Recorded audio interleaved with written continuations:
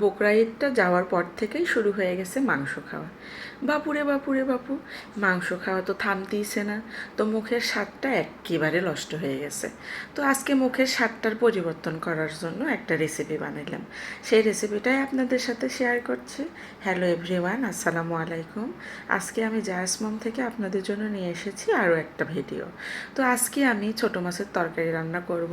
তো এখানে একটু বেশি করে পেঁয়াজ নিয়ে নিয়েছি তেলের মধ্যে।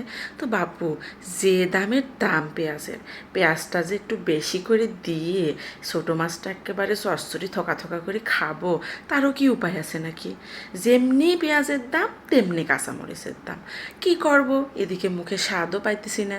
তার লেগে একটু তেলের মধ্যে বেশি করে পেঁয়াজ, কাঁচামরিচ, একটু লবণ, মশলা, গুঁড়া মশলা, এর মধ্যে একটা টমেটো কুচি করে দিয়ে খুব ভালো করে সব ধরনের মশলা টশলা দিয়ে হাতে চটকে ভালো করে মেখে নিছি।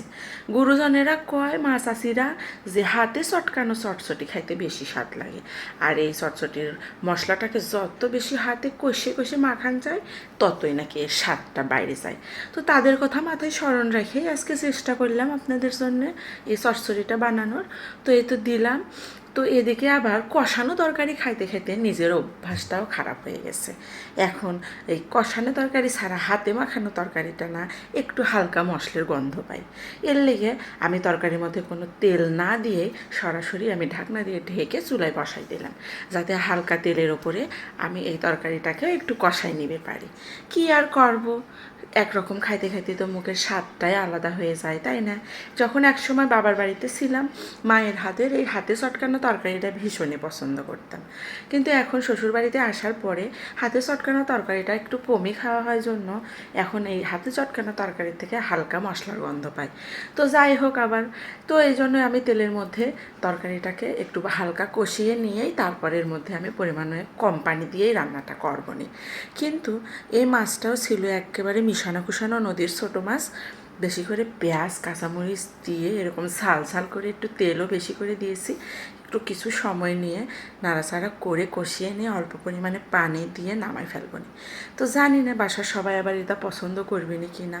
ওমা, রান্না করে রাখি আসার পর সবাই খাতি বসে যায় দেখি খুবই পরিমাণে পছন্দ করছে। সবারই পছন্দ হয়েছে, সবাই ভাব মতো খাইছেও। তো যাইকে, যখন কোনো রান্না শেষ করার পর সবাই পছন্দ করে আর সবাই খেয়ে রান্নাটাকে ফুরায় ফালাই দেয়, তখন না যে রান্না করে তার মনের দিক থেকে খুবই খুশি লাগে। এটা হয়তো অন্যান্য সদস্যরা খুব একটা বোঝে না, কিন্তু আসলেও সত্যি কথা। নিজের রান্না যখন সবাই খেয়ে শেষ করে ফেলে বা সবার ভালো লাগে, তখন নিজে যায় যখন দেখি রান্নাটা একদম ফুরায় গেছে, তখন নিজের কাছে ভীষণই ভালো লাগে যে যাইকে, সব তো খাইয়া পছন্দ করছে, সব তো শেষ করে ফেলাইছে। তো দেখেন কি কালার হয়েছে রে বাপুরে বাপু। তো চাইলে আপনাদের মুখের স্বাদটা ফিরিয়ে আনার জন্য এমন করে রাঁধতে পারেন।